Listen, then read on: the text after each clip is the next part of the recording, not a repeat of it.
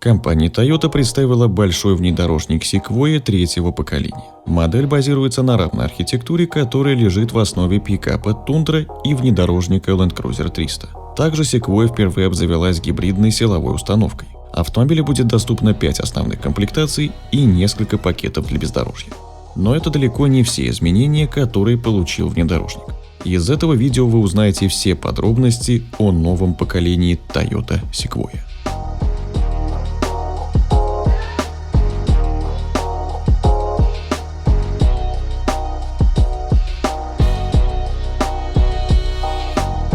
Toyota Sequoia первого поколения вышла на американский рынок в 2000 году, чтобы конкурировать с полноразмерными внедорожниками GM и Ford.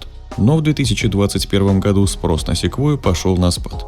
За целый год было продано всего 8070 автомобилей. Для сравнения, лидер сегмента Chevrolet Tahoe в прошлом году разошелся тиражом в 106 тысяч автомобилей. По задумке Toyota, третья Sequoia должна непременно оказаться успешнее второй.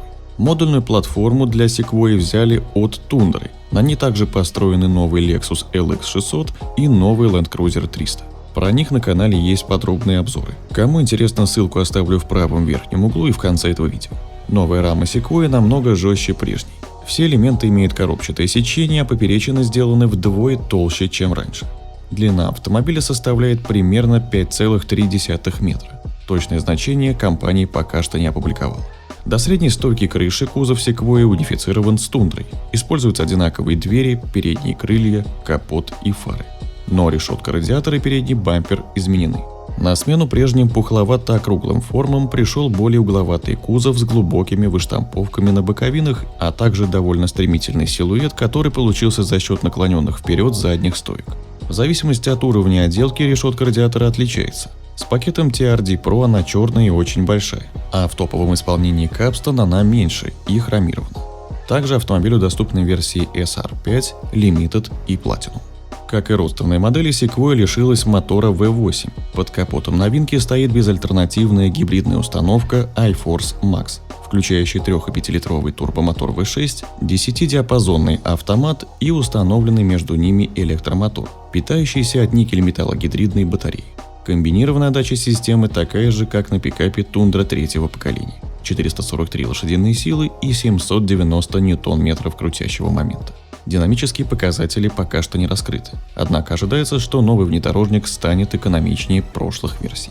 В электрорежиме Sequoia может разгоняться только до 29 км в час, а для буксировки прицепов предусмотрен отдельный пресет Tow Haul, в котором двигатель внутреннего сгорания будет работать постоянно. Допустимая масса буксируемого прицепа выросла на 22% и теперь составляет 4080 кг.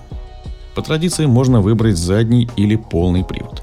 Но у самого большого внедорожника Toyota теперь не разрезной мост сзади и простенький полный привод Part-Time с жестко подключаемым передком. Тогда как Sequoia второго поколения могла похвастаться независимой задней подвеской и дифференциалом торсом между осями. Но понижающая передача в раздатке у Sequoia осталась. Шасси спроектировано заново. Рулевой механизм с электроусилителем на рейке. Спереди осталась типичная для таких машин двухрычажка, а сзади теперь неразрезной мост на пружинах, как у Tundra и Land Cruiser. За доплату можно заказать адаптивную подвеску или заднюю ось с пневмобаллонами, который позволяет поддерживать дорожный просвет вне зависимости от нагрузки. Опциональный пакет TRD Sport подразумевает спортивную подвеску с амортизаторами Bilstein, 20-дюймовые колеса вместо штатных 18-дюймовых и красный декор. А пакет TRD Off-Road включает оффроудные ездовые режимы, блокировку заднего дифференциала и систему кругового обзора. Более внедорожная версия TRD Pro имеет радиаторную решетку по центру с светодиодным прожектором, металлическую защиту двигателя, амортизаторы Fox, раздельное кресло на втором ряду вместо трехместного дивана, экспедиционный багажник на крыше и продвинутую выхлопную систему с 2 патрубками вместо одного. Базовая Sequoia SR5 имеет виртуальные приборы диагональю 12,3 дюйма и 8-дюймовый экран медиасистемы. За доплату можно установить 14-дюймовый телевизор, 10-дюймовый проекционный экран и салонное зеркало со встроенным дисплеем, на который транслируется изображение задней камеры. Сама мультимедийка полностью новая. Она имеет голосовое управление, функцию обновления по воздуху, а также модули Wi-Fi и 4G для подключения до 5 устройств. Исполнение Limited включает в себя передние сиденья с подогревом и вентиляцией, а также солнцезащитные шторки для второго и третьего рядов. SR5 и Limited можно заказать с полным приводом и пакетом TRD Offroad.